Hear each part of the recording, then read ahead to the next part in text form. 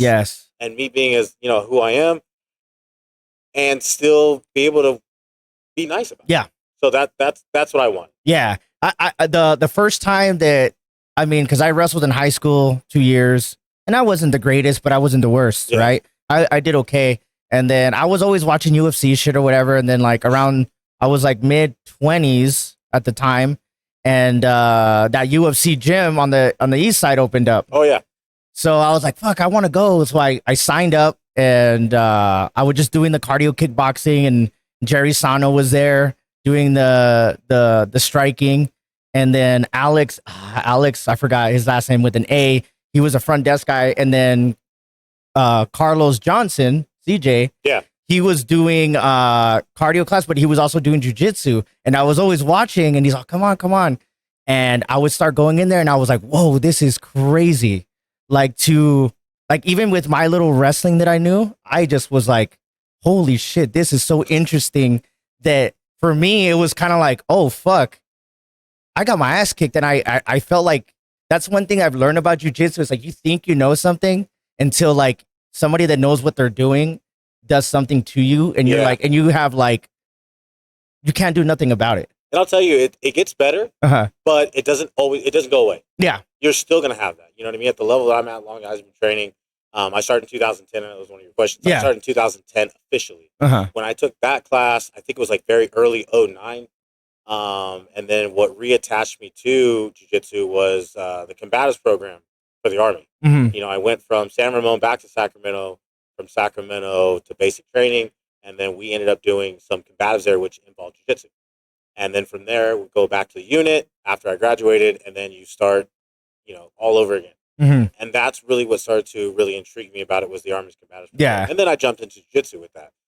But it was one of those things where I didn't think I was going to go back. I didn't think I was going to like it. And I definitely didn't think I was going to be where I'm at right now. But as far as people still getting you with things and showing you stuff new, or, finding ways to show you something that's different, that still exists. Yeah. That still exists. Yeah.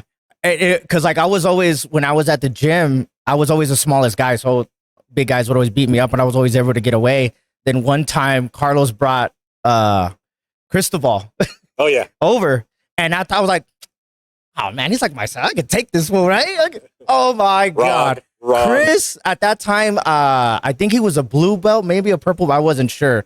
But dude, he was fucking turning me around, and I was like, what the fuck? I was just like blown away, because a lot of the guys always bigger, so that was always my excuse. Like, well, they're bigger than me. Of course, they'll beat my ass. There was no anybody my size that was an adult. There was kids there. But when Chris was there, man, I was like, holy shit. And same thing. Yeah, man. Chris, yeah, man. Super you just gotta nice do dude. this. Super nice and I'm dude. like, this guy just whooped my ass and telling me what to do. And dude, it was like, that's what drew me toward the sport. You know what I mean? It's such a welcoming sport. How you say, like, everybody's so nice. Other than, I mean, there's certain bad apples, but like in general, like any gym, like we were kind of talking a little bit before, when I would travel, everywhere I'd go, everybody was so welcoming. You know what I mean? Like if you walk into a basketball gym, like everybody's like trying to size you up and shit like that. Boxing, things like 100%. That. But I've never felt that through jujitsu, and I always thought it was interesting that, why everybody was so goddamn nice but lethal. Yeah, yeah, and you don't even know it. You walk into a gym, especially a gym that's got mostly no-gi stuff on it, and you have no idea who is who. Here we line up by rank, and it's the most confusing thing when we have visitors that show up and they have no idea where to stand. They'll either stand at the far end, they'll stand at the very beginning. They don't know which is which, and you're kind of like, hey man, you're right here, you're right there, and so you just don't know who is who. Yeah, and I think that's the worst part about it, because you don't know what you're going to encounter when you get on the mats and start rolling. You know what I mean? So with experience and stuff, you can kind of feel when people are starting to be either very loose, as far as like very comfortable with being in bad spots, probably like, this guy's trained a while. Yeah. And then sometimes those first grips, you know what I mean? You get those grips that are like super tight and like super spazzy a little bit. And they're the kind of grips that are like, I'm gripping you so you can't get out. Yeah. Rather than I'm gripping you to guide you somewhere. Yeah. So when you start to feel those